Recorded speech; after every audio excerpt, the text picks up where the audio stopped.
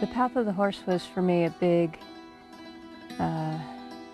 dream in my life. I was a horse trainer and riding instructor and had been so for 20 years.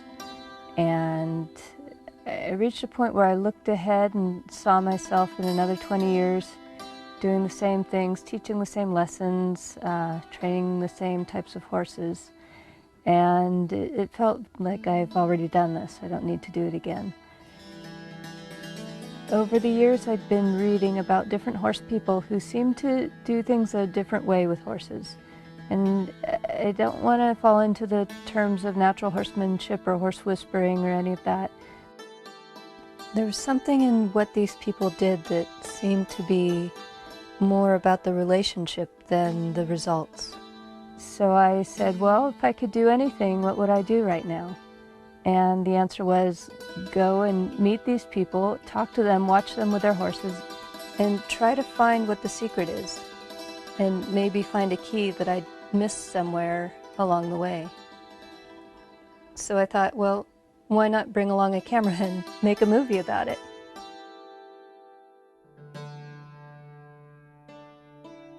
I literally sold the ranch I had at the time to have the money to be able to do this. And I went around and interviewed Mark Rashid, Linda Kohanov, Carolyn Resnick, Klaus Ferdinand Hempfling, and Alexander Nevzorov.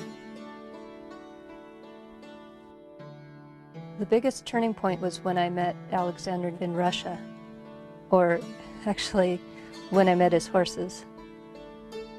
These animals were different than any other horses that I'd met. Alexander works with their minds and their intellectual capacities.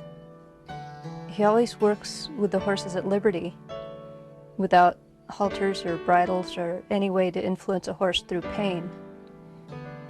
And his horses are always free to say no if they're not comfortable with the interaction. Given this choice, the horse becomes an equal partner, and they know it. They get very interested and playful.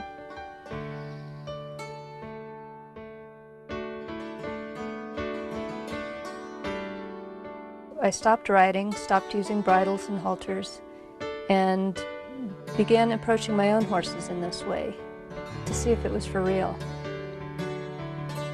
And I did find that secret, you know.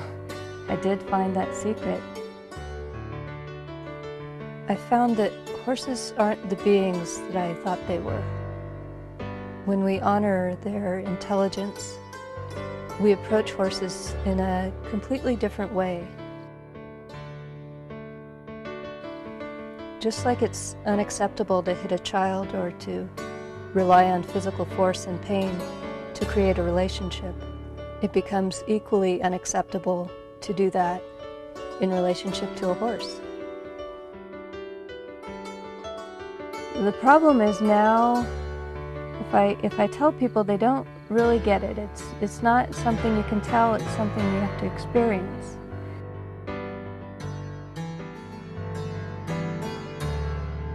The path for me since finishing The Path of the Horse documentary has been finding that path of feel.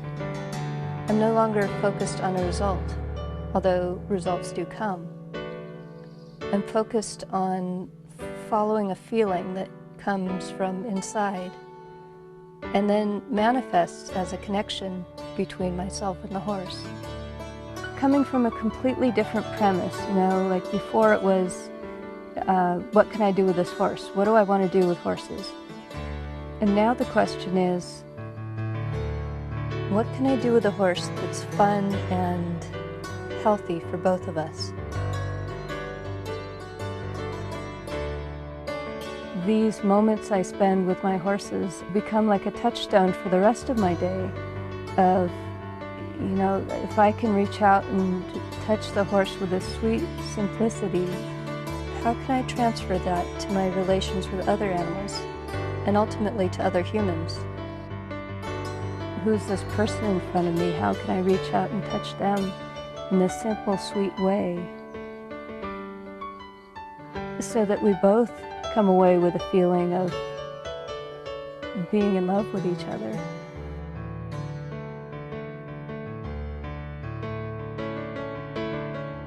And it's not just me.